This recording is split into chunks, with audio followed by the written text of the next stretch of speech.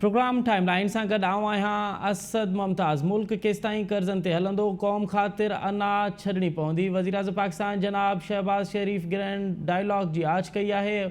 Opposition की grand dialogue जी आच कई आहे। PTI हिकु दफ़ो ॿीहर वज़ीर आज़म जी आच खे रद्द कंदे चयो आहे त पहिरियां चूंडू करायो ऐं उन खां पोइ ॻाल्हियूं मुमकिन आहिनि। हिकु प्रोग्राम इन ते ॻाल्हाईंदासीं। हिकु दफ़ो ॿीहर ग्रैंड डायलॉग जी ॻाल्हि पई थिए, उन में कहिड़ियूं कहिड़ियूं धुरियूं शामिलु थींदियूं ऐं उनजो एजेंडा कहिड़ो हूंदो, इन ते ॻाल्हाइबो। ऐं गॾोगॾु ॻाल्हाइबो त PTI जी इस्तीफ़ाउनि वारो मामिलो अञा ताईं अटकियल आहे। छा PTI इस्तीफ़ाउनि जी तस्दीक़ खां इनकार करे छा हिकु दफ़ो ॿीहर पार्लियामेंट में वञण जो ऐलान कयो आहे या पार्लियामेंट वञण जो फ़ैसिलो कयो आहे, इन ते ॻाल्हाइबो। ऐं गॾोगॾु इन ते पिणु ॻाल्हाइबो त छा पंजाब में हिकु दफ़ो ॿीहर आइनी बहिरान थींदे नज़र अचे पियो। असां इम्कान आहिनि, उनजे आइनी बहिरान जा इम्कान आहिनि, छाकाणि त चौधरी परवेज़ इलाही जेका ॻाल्हि जेको मौक़िफ़ पियो रखे, उनजो इहो चवणु आहे त उहो मियां हमज़ा शहबाज़ आहे, उनजी जेका बुनियादी चूंड हुई उहा चूंड ई गैर आइनी हुई, त उनजे ख़िलाफ़ हू कोर्ट में वञी सघे थो पियो। ऐं हींअर ताईं अगरि पंजाब असेंबली इजलास नथो सॾायो वञे त पोइ उनजा सियासी, उनजा ख़ासि करे पंजाबी सियासत ते कहिड़ा असर पवंदा, इन तमामु मौज़ुअनि ते ॻाल्हाइबो। हिन असांखे प्रोग्राम में जॉइन कयो आहे मुल्क जे नाले वारे तर्ज निगार ऐं कॉलमिस्ट जनाब सलमान आबिद साहब। सलमान साहब, प्रोग्राम में खुश आमदीद। सलमान साहब, मेरी आवाज़ आ रही है अब तक से? जी जी बिल्कुल। सलमान साहब, सबसे पहले तो ये बताइए कि ये जो ग्रैंड डायलॉग की बात कर रहे हैं मियां शहबाज शरीफ साहब, अपोजिशन इसको क्यों कबूल करने के लिए तैयार नहीं है? अपोजिशन क्यों नहीं कहती कि एक ग्रैंड डायलॉग हो जिसमें सियासी, माशी, इक़्तिसादी तमाम पासों पे, तमाम साइड से बातचीत हो उसमें और एक हल निकाला जाए? देखिए, पहली बात तो ये है कि पाकिस्तान में इस वक्त एक बहुत बड़ा सियासी एतमाद साजी का बुरहान है जी। कोई किसी पे ज्यादा एतमाद करने के लिए तैयार नहीं है जी। यही वजह है कि हुकूमत और अपोजिशन जो है, यानी हुकूमत में तो 13 जमातें शामिल है ना जी। जी जी। अपोजिशन में तो सिर्फ इमरान खान ही अकेले हैं, या किसी हद तक जमात इस्लामी है, लेकिन उन्होंने भी ग्रैंड डेमोक्रेटिक इत्तेहाद इसकी ग्रैंड डायलॉग की हिमायत की है। जी सर। तो अकेले तौर पे तो इमरान खान ही साइड लाइन खड़े हुए हैं। जी सर। लेकिन मसला ये है कि इस वक्त एतमाद साजी जो है बिल्कुल नहीं है, एक दूसरे के वजूद को कबूल करने के लिए तैयार नहीं है। गद्दारी के मुकदमों की बातें हो रही हैं, गिरफ्तारी करने की बातें हो रही हैं, एक दूसरे को इस्लामाबाद में एंटर ना होने की धमकियां दी जा रही हैं। जी। तो इस माहौल में ग्रैंड डायलॉग कैसे होगा? और अगर कोई ग्रैंड डायलॉग इमरान खान को निकाले बगैर होगा तो उसकी क्या हैसियत रह जाएगी? ग्रैंड डायलॉग उसी सूरत में मुमकिन हो सकता है कि इमरान खान, पीपल्स पार्टी और PMLN जैसी बड़ी जमातें जो है वो इकट्ठी होकर बैठेंगी तो ग्रैंड डायलॉग होगा। पहली बात तो ये है। जी। दूसरी बात यह है कि देखिए, इमरान खान ने ये नहीं कहा कि वो ग्रैंड डायलॉग को बाइकाट कर रहे हैं। उन्होंने ये कहा है कि हम ग्रैंड डायलॉग के लिए भी तैयार हैं, लेकिन पहली शर्त यह है कि नए इंतखाबात की तारीख का ऐलान किया जाए। यानी वो इंतखाब चाहते हैं। वो कहते हैं कि अगर आप तारीख ऐलान कर दें उसके बाद बैठ के हम बहुत से मामलात के ऊपर डिस्कस करने के लिए तैयार हैं। बल्कि यहाँ तक भी उन्होंने इशारा किया है कि वो असम्बलियों में भी वापस आने के लिए तैयार है, लेकिन पहले जो है आपको नए इंतखाबात की तारीख ऐलान करनी पड़ेगी, जो कि हुकूमत के लिए काबिल कबूल नहीं है इस वक्त, जिसकी वजह से ये जो ग्रैंड डायलॉग है ये पीछे रह गया। तीसरी बात यह है कि देखिए, पाकिस्तान में हमेशा से ग्रैंड डायलॉग की बातें होती रही हैं। जी। आपको याद होगा कि रजा रब्बानी साहब ने भी एक ग्रैंड डायलॉग की बात की थी और उन्होंने कहा था कि एस्टेब्लिशमेंट, जुडिशरी, सियासतदान, ब्यूरोक्रेट्स, ये सब मिलके बैठे जी और कोई रेजोल्यूशन निकाले। अब फिर खाकान अब्बासी साहब ने बात की, फिर अब शहबाज शरीफ साहब ने भी बात की।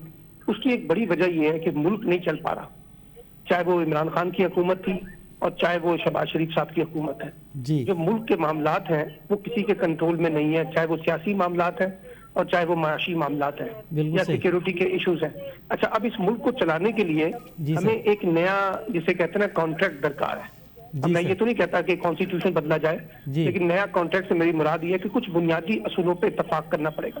ठीक। जैसे मैं आपको मिसाल देता हूँ, हिंदुस्तान में मनमोहन सिंह की हुकूमत के दौर में अपोजिशन और गवर्नमेंट में ये इत्तफाक हुआ कि हम एक दूसरे से इख्तिलाफात के बावजूद मईशत के ऊपर कोई समझौता नहीं करेंगे और मईशत पे कोई सियासत नहीं करेंगे, एक दूसरे के ऊपर नंबर गेम नहीं करेंगे। तो ये कुछ बुनियादी बातें तो तय हो सकती है ना, कि गवर्नेंस के कॉन्टेक्स्ट में, इंतखाबात के बारे में, आइन के बारे में, सिविल हुक्मरानी के बारे में, मईशत के बारे में।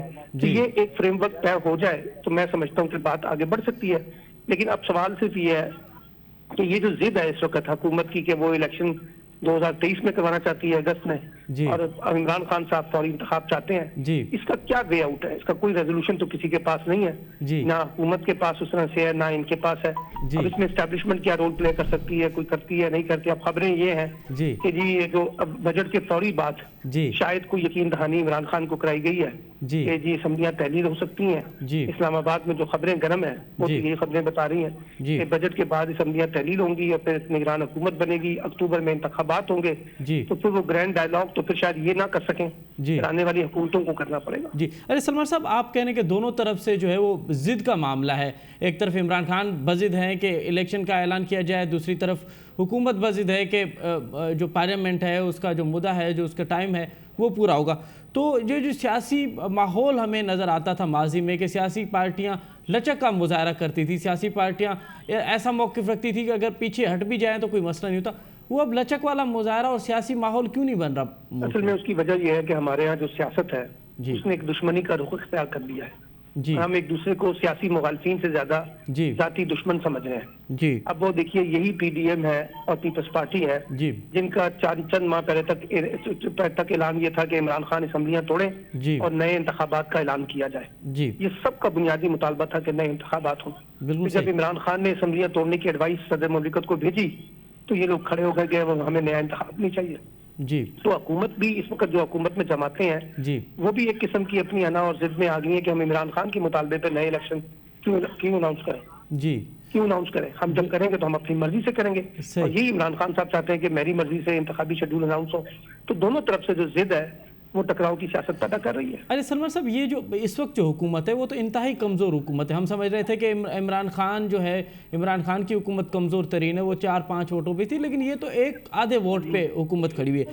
تو آپ نہیں سمجھتے کہ اتنا بڑا فیصلہ کیا تھا اپوزیشن کی 2 بڑی جماعتوں نے، اور پھر جے یو آئی بھی اس میں شامل کر لیں، تو ان کی کہیں پہ کسی کے ساتھ کوئی ڈیل ہوئی ہوگی نا کہ اگر اتنا کمزور سیٹ اپ وہ لے کے آ رہے ہیں تو ان کے بھی کچھ مطالبات ہوں گے، یا وہ ان کو یہ اندازہ نہیں تھا کہ یہ جس طریقے سے حکومت کو ٹیک اوور کرنے جا رہے ہیں ان کو ایسے حالات ملیں گے؟ نہیں، ان کو بھی اندازہ تھا کہ ہمارے لیے حالات اتنے اچھے نہیں ہوں گے۔ جی مسلم لیگ نون کے سامنے صرف 3 چیلنجز تھے۔ اچھا ایک چیلنج یہ تھا کہ انتخابات میں جانے سے پہلے پیپلز پارٹی اور مسلم لیگ نون یہ چاہتے تھے جی کہ الیکٹرانک ووٹنگ اور اوورسیز پاکستانیوں کا ووٹ کا جو حق ہے یہ ختم کیا جائے، اچھا کیونکہ ان کو لگتا تھا کہ اس کا براہ راست فائدہ جو ہے وہ عمران خان کو اگلے انتخاب میں ہوگا، اور 40 لاکھ اوورسیز پاکستانی جو ہے جی اس میں سے اگر 20 لاکھ لوگ بھی ووٹ ڈال دیں جی تو اس کا بڑا امپیکٹ جو ہے وہ عمران خان کو حاصل ہوگا۔ جی تو ایک ان کا بنیادی مسئلہ یہ تھا۔ جی دوسرا مسئلہ یہ تھا کہ وہ چاہتے تھے کہ جو نیب کے قوانین ہیں جی اس میں ایسی ترامیم کر دی جائیں جس سے نیب کو کمزور کر دیا جائے، اور جو سیاسی جماعتوں کے اوپر مشکلات تھیں 90 ڈیز کے ریمانڈ کے کانٹیکس میں بیوروکریٹس کے اوپر تھیں، یہ اس کو ختم کرنا چاہتے تھے، تو وہ بھی انہوں نے امینڈمنٹ کرنی ہے۔ ٹھیک ہے، تیسرے نمبر پہ جو ہے شہباز شریف صاحب جو ہے جی وہ کچھ قانونی جو ہے نا ریلیف چاہتے ہیں اپنی منی لانڈرنگ کیسز کے اندر۔ اچھا ٹھیک ہے نا، اب آپ دیکھیے نا، پرسوں 3 دن پہلے جو ہے ایف آئی اے کا جو انویسٹیگیشن آفیسر ہے آئی او، جی اس نے باقاعدہ کہا عدالت میں کہ ہمیں شہباز شریف اور حمزہ شہباز درکار ہے، ہم ان کو گرفتار کرنا چاہتے ہیں، یہ ہم سے کوآپریٹ نہیں کر رہے ہیں۔ جی یہ کتنی بڑی سیاسی سستی ہے پاکستان کی کہ پاکستان کا سٹنگ پرائم منسٹر اور پاکستان کا سٹنگ چیف منسٹر وہ اس وقت ایف آئی اے کو مطلوب ہے، اور آپ کی عدالتیں جو ہیں ان کے اوپر ٹال مٹول کا مظاہرہ کر رہی ہیں۔ سلمان صاحب قطع کلامی معاف، آپ جو کہہ رہے ہیں کہ یہ 4-5 چیزیں تھیں جو بہت ضروری تھیں پی ایم ایل این اور پیپلز پارٹی کو، جن کے لیے ریفارم کرنا بہت ضروری تھے، انہوں نے تو کر لیے، تو آپ سمجھ رہے ہیں کہ یہ جو مہنگائی کا طوفان وہ لائے ہیں، یہ اتنی کڑوی گولی انہوں نے کھیلی ہے، صرف اس لیے کھیلی ہے کہ ان کو ای وی ایم مشین اور اوورسیز کے ووٹ کا معاملہ میرا خیال یہ ہے کہ اس میں ان سے مس کیلکولیشن ہوئی ہے، جیسے حکومت کی تبدیلی کی جو مس کیلکولیشن ہوئی ہے نا اسٹیبلشمنٹ سے، جی سر، اسی طریقے سے اپوزیشن جماعتوں سے، اسی طریقے سے معیشت کے بارے میں بھی ایک مس کیلکولیشن ہوئی ہے۔ اچھا ان کا خیال یہ تھا کہ سعودی عرب ہمیں $5 ارب دے گا، جی ان کا خیال یہ تھا کہ اب آئی ایم ایف ہمیں فوری طور پہ ریلیف دے گا، جی اور ہمیں آئی ایم ایف کی جو شرائط ہے اس میں نرمی ہوگی، جی امریکہ ہمیں بہت پیسے دے گا۔ جی ابھی جو پرائم منسٹر گئے تھے ترکی میں، جی وہاں سے انہوں نے باقاعدہ ان کے ویڈیو چل رہی ہیں، جی بیگنگ کی ہے نا، انہوں نے کہا کہ جی میں پیسے مانگنا نہیں چاہتا لیکن آپ ہمیں پیسے دیں، ہم مر رہے ہیں، ہم کھپ رہے ہیں۔ اور حالت یہ ہے کہ ایک طرف کہتے ہیں کہ ہمارے پاس زہر کھانے کے پیسے نہیں ہیں، اور دوسری طرف بڑی مرات یافتہ قسم کی حکمرانی ہمارے نظام میں چل رہی ہے۔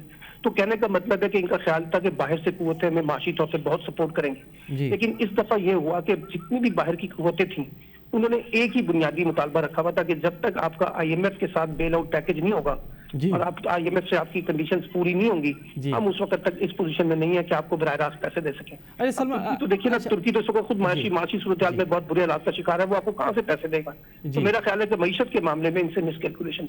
अरे सलमान साहब, आप समझ रहे हैं कि इनसे अंदाज़ा इनका अंदाज़ा गलत हो गया कि इन्होंने जो फ्रेमवर्क बनाया था, ज़ाहिर है इन्होंने होमवर्क किया होगा, जी जी जी वो होमवर्क इन्होंने सही नहीं किया और वो अंदाज़न गलत हो गई।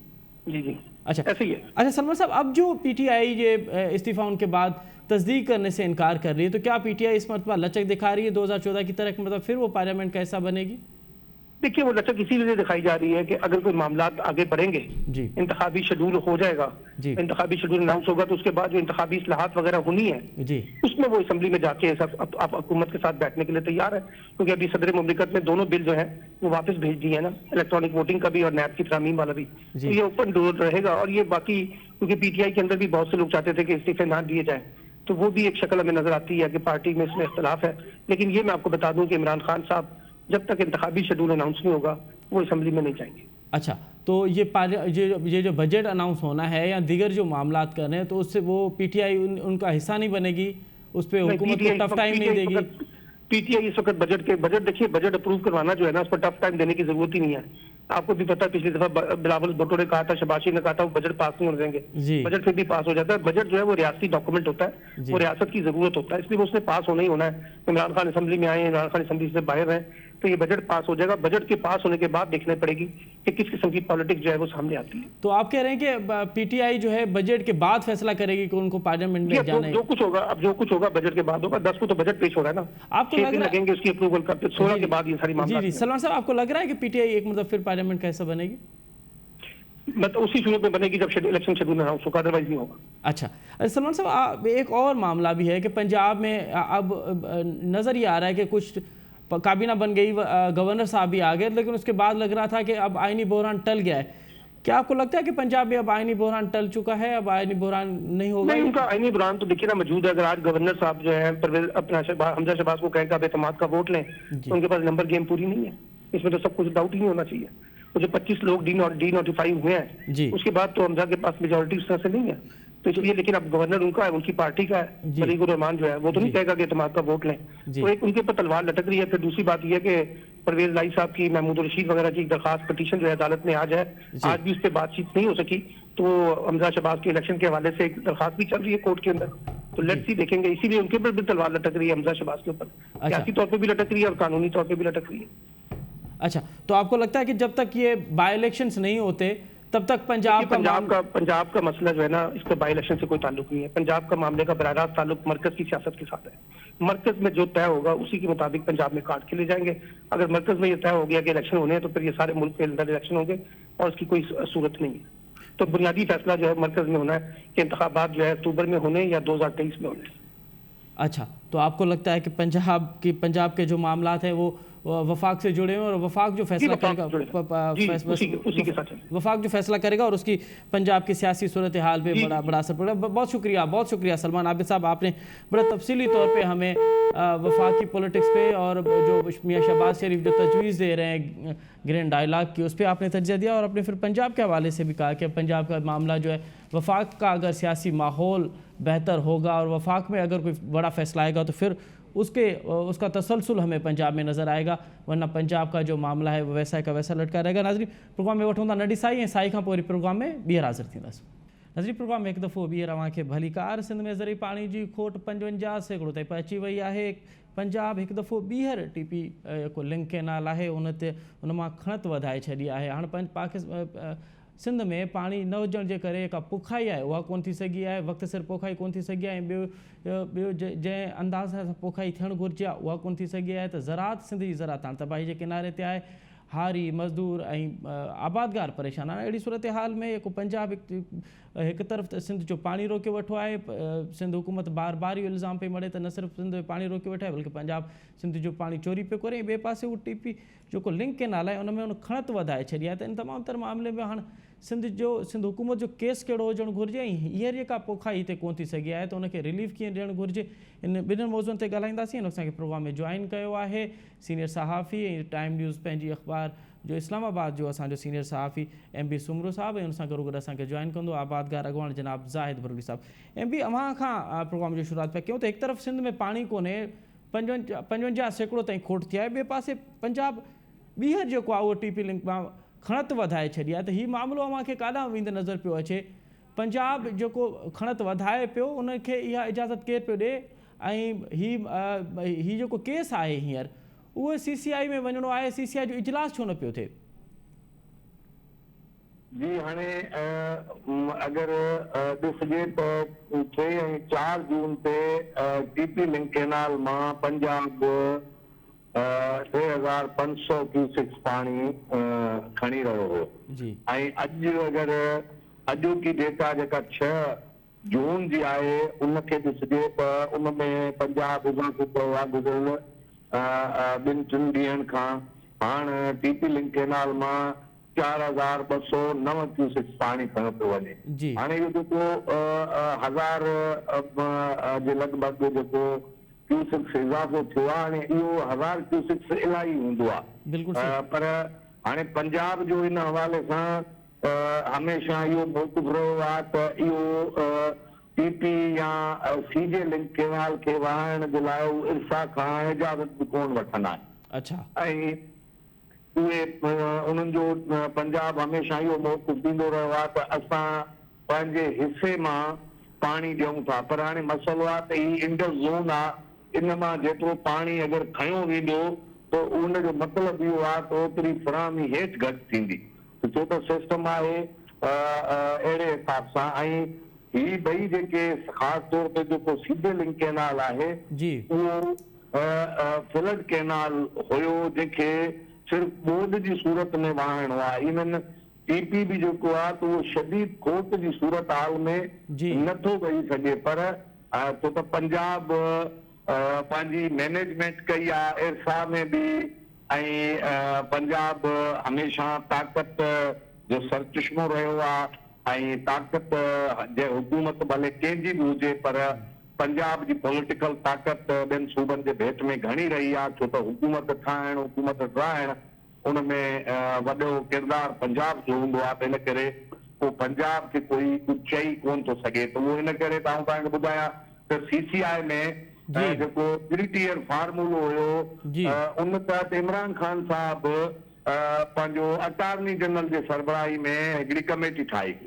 उन जॾहिं रिपोर्ट पेश कई त उन सिंध जे मौक़िफ़ खे अटार्नी जनरल दुरुस्त करार ॾिनो ऐं उहो रिपोर्ट ॾिनी त हीउ जेको 3-tier फार्मूलो आहे इहो इकाड़ जे ख़िलाफ़ आहे ऐं पहिरां 2 तहत विर्त थियणु खपे, छो त जेको CCI में हाणे ज़ाहिरी आहे त वज़ीर आज़म इमरान खान जो बि पंजाब सां तालुक़ हो, CCI जा अक्सर मेंबर बि पंजाब सां हुआ, त उहा रिपोर्ट दॿिजी वई ऐं रिपोर्ट न थी सघियो ऐं पंहिंजो उहा रिपोर्ट उते जो उते पई आहे। CCI में इहो तकरार हलंदड़ आहे। हींअर पाणी जी खोट जेका मां तव्हांखे अॼु जी बि अगरि ॿुधायां त उहा अॼु बि जेका सिंध जी जेका पाणी जी खोट आहे उहा 55% ते आहे।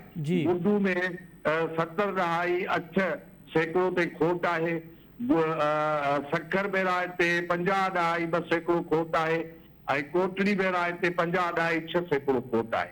त हीअ जेका पाणी जी सिंध में खोट आहे, पर जेको CCI आहे, हालांकि आइन जॾहिं अहिड़ी तरमीम थी हुई त मियां रज़ा रब्बानी हिकु ॾाढी रीज़नेबल CCI जे आइन जे आर्टिकल में तरमीमूं तजवीज़ कयूं हुयूं।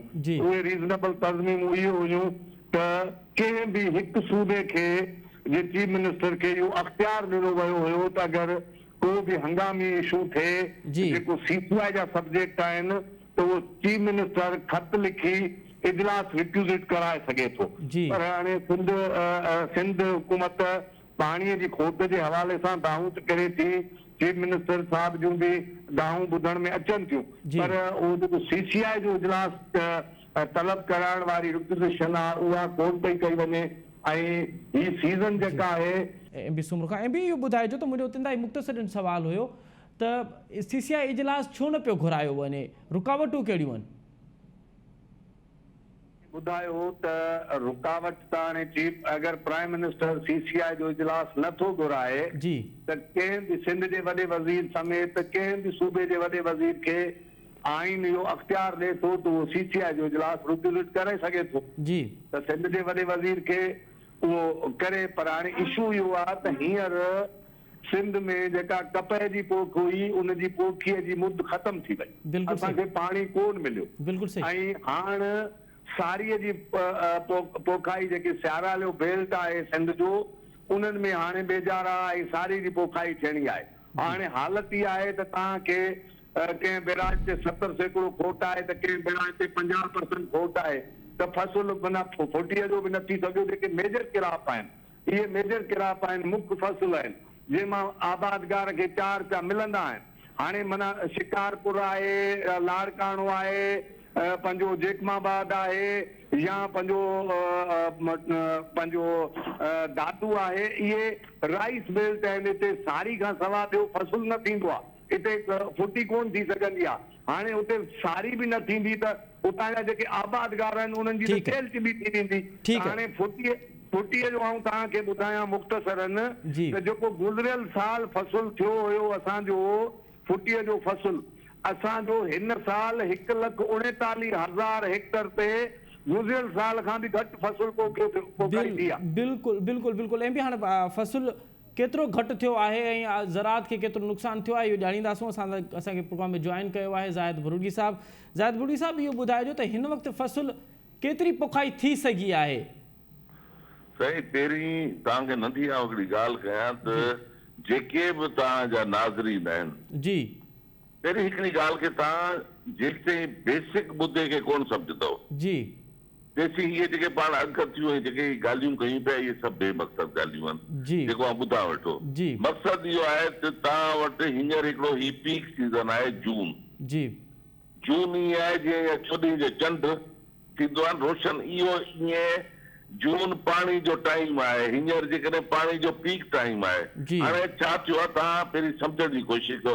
सिंध खे पाणी ॿिनि तरीक़नि खां मिलंदो आहे। हिकिड़ो सिंध खे पाणी मिलंदो आहे इंडस मां जी, ॿियो सिंध खे पाणी मिलंदो आहे काबुल रिवर मां जी। हाणे तव्हांखे नंढी हिकिड़ी ॻाल्हि आउं ॿुधायां थो त इंडस जेको हींअर तव्हांजो सिंधू जो आहे, अॼु सिंधू जा वकिरा अथव 58,900 क्यूसेक फ़क़ति।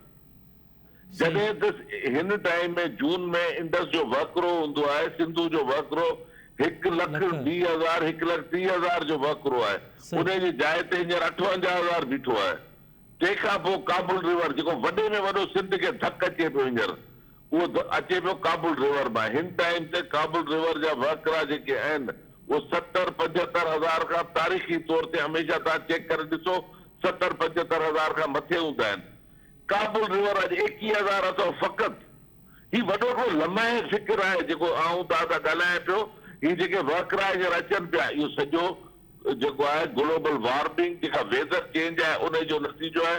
काबुल रिवर जा जेके 21,000 जो वकिरा आहिनि हिन मूंखे परेशान करे छॾिया being as a water expert जी।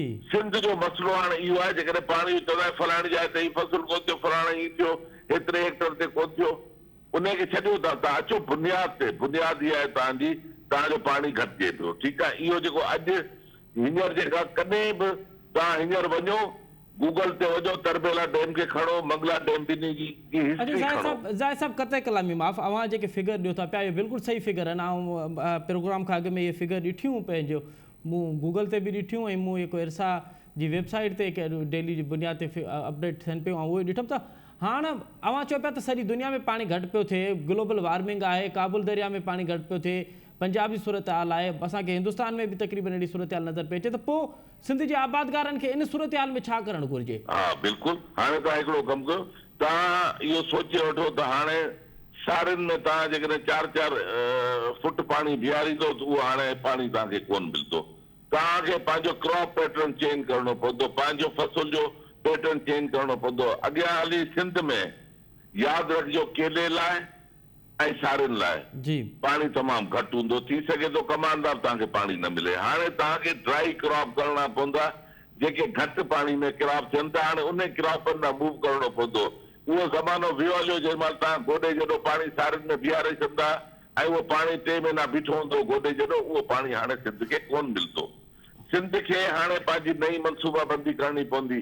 हुकूमत खे, सिंध हुकूमत खे, फेडरल हुकूमत जो कुझु कोन थो चवां, सिंध हुकूमत खे सभु आबादगार तंज़ीमुनि खे विहारे, जीअं आऊं आहियां जनरल सेक्रेटरी ऐवान ज़राअत सिंध जो, अहिड़े नमूने सां ॿियूं जेके तंज़ीमूं आहिनि सिंध में जेके एग्ज़िस्ट कनि थियूं, उन सभिनी खे विहारे, आबादगारनि खे विहारे हिकिड़ो नओं जोड़जे, हिकिड़ो नओं प्लान ठाहिणो पवंदो। त हाणे आईंदा इहा सूरत हाल कुझु साल रहंदी। ही शुरूआत अथव 2022, 23, 24, 25, 26 इहा सूरत हाल ईंदड़, आऊं इनखे ॾिसां पियो ईंदड़ 6-7 साल लाइ गवर्नमेंट खे हिकिड़ो नओं शेड्यूल ठाहिणो पवंदो आबादगारनि सां गॾु वेही, त बाबा हिननि फसलुनि लाइ असां वटि पाणी हूंदो, हिननि फसलुनि लाइ असां वटि पाणी कोन हूंदो। हाणे कोटड़ी जे जीअं अॼु मिसाल जे तौर ते कोटड़ी जे पाणी आहे 12,000, हाणे 12,000 ते केॾियूं सारियूं थी थियूं, तव्हां पाण मूंखे ॿुधायो 12,000 क्यूसेक ते।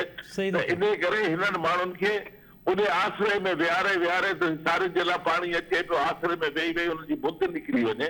सुठो इहो आहे हुननि खे तव्हां नओं पंहिंजो प्रोग्राम ॾियो त असां वटि पाणी जी ही सूरत हाल अॻियां हली, ही सूरत हाल थींदी। ज़ाहिर साहब बिल्कुलु सही पिया चओ त असांखे वक़्त सां हालतुनि सां ॾिसी पोइ फ़ैसिला करणा पवंदा, ऐं असांखे सिंधी में चइबो आहे त पंहिंजी सवड़ आहार पेर वधाइणु घुरिजे। त ईअं ई असांखे पाणी जी सूरत हाल ॾिसी पंहिंजी पंहिंजी पोखी जेका आहे पंहिंजे फसलुनि जो तायुन उन तहत करणो पवंदो। हिकु दफ़ो ॿीहर अचूं था अॼु जी सूरत हाल ते। हिन साल जेको फसल कोन थी सघियो आहे, पहिरियां त इहो ॿुधाइजो त पाणी जी खोट जे करे केतिरो फसल नाहे थी सघियो? मां सम्झां थो त हिन टाइम ते जेको आहे अंदाज़े में घटि में घटि जेको आहे सो मुंहिंजे अंदाज़े जे मुताबिक़ तक़रीबन 7 लख एकड़ हेक्टर ते 7 लख एकड़ ते पोखी कोन थी सघी आहे, पहिरीं ॻाल्हि।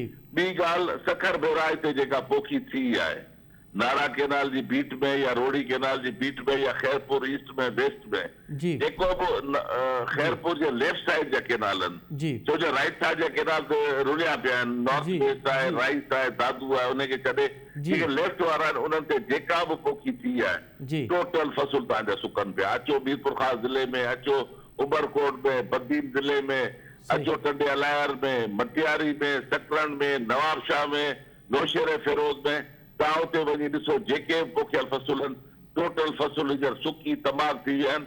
छो जो पाणी जेको आहे सो अॻे हफ़्तो शाखूं बंदि हूंदियूं हुयूं, हफ़्तो शाखूं हलंदियूं हुयूं। हाणे इहो आहे जो शाखूं 15 ॾींहं बंदि पयूं आहिनि, हफ़्तो हलनि थियूं। हाणे अहिड़ी गर्मी जिते 51 जो टेम्परेचर हले पियो, तव्हां फसल खे जेकॾहिं 20 ॾींहं पाणी कोन ईंदो, ऑब्वियसली फसल सॼो सुकी वेंदो हलियो। हिन टाइम ते जेको आहे त तव्हांजा मेन जेके डिवीज़न आहिनि टे, मीरपुर ख़ास division, Hyderabad division, Nawabshah division, ये कई डिवीज़न तव्हांजा तबाह आहिनि। हाणे ज़ाहिर साहब हीअ को नुक़सानु थियो आहे जेको अव्हां ॻाल्हि कयो पिया त फसल सुकी विया आहिनि, फसल अंब असां ॾिठोसीं त अंबनि जो फसल बि हिन दफ़े ॾाढो मुतासिर थियो आहे। तबाही आहे साईं, अंबनि जो फसल तव्हांखे आउं मीरपुर ख़ास जो आहियां। जी मीरपुर ख़ास ज़िले सां तालुक़ रखां थो। असांजे मीरपुर ख़ास में अंबनि जो फसल 60% घटि थियो आहे। ज़ाहिर साहब वफ़ाक़ी हुकूमत ऐं ख़ासि करे सिंध हुकूमत इन्हनि नंढनि आबादगारनि खे ख़ासि करे हारियुनि खे अकोमोडेट करण लाइ फौरी तौर ते छा करे जो उन्हनि खे थोरो साह खणण जो टाइम मिले? थोरी साईं मां तव्हांखे ॿुधायां, फौरी तौर ते आबादगारनि जा जेके ज़रई कर्ज़ आहिनि फौरी तौर ते या त उन्हनि खे माफ़ करे सघे थी, नंढनि आबादगारनि खे त उन्हनि जा ज़रई कर्ज़ माफ़ करे, जे नथी करे सघे त घटि में घटि हुननि जा जेके बि हुन ते इंट्रेस्ट आहिनि, जेके बि हुननि ते ब्याज आहिनि, ब्याज हुननि जो माफ़ करे ऐं असल जेका मूल जी रक़म आहे उनखे 5 सालनि लाइ पोस्टपोन करे। हिकिड़ी ॻाल्हि। ॿी ॻाल्हि त आबादगारनि खे जेको ही धकु लॻो आहे, ॾिसो सिंध जी इकोनॉमी 70% ज़राअत ते आहे, 70 ॿाराड़ी में गुरबत हींअर तमामु घणी चढ़ी वई अथव। बिल्कुलु सही पिया चओ, बिल्कुलु सही पिया चओ ज़ाहिर साहब, बिल्कुलु सही पिया चओ त हिन वक़्तु फौरी तौर ते ख़ासि करे सिंध हुकूमत खे जेके आबादगार आहिनि, जेकी भारी आहिनि, उन्हनि खे त फौरी तौर ते ज़रई कर्ज़ आहिनि उन तां छूट ॾिनी वञे ऐं उन ते घटि में घटि अगरि एतिरो नथो थी सघे त उनखे को इंट्रेस्ट आहे उहो फौरी तौर ते ख़तमु कयो वञे। वॾी महिरबानी ज़ाहिद बुर्गी साहब, एम पी सुमरू साहब, तफ़सीली तौर ते असांखे पाणी जी खोट ऐं उन जा जेके असरात आहिनि, ख़ासि करे ज़राअत ते असर जेके आहिनि उन ते तफ़सीली तौर ते आगाह कयो। नाज़रीन, प्रोग्राम जो वक़्तु पंहिंजी पुॼाणी थो पहुचे। असद मुमताज़ ॾींदा इजाज़त, सदाईं गॾु।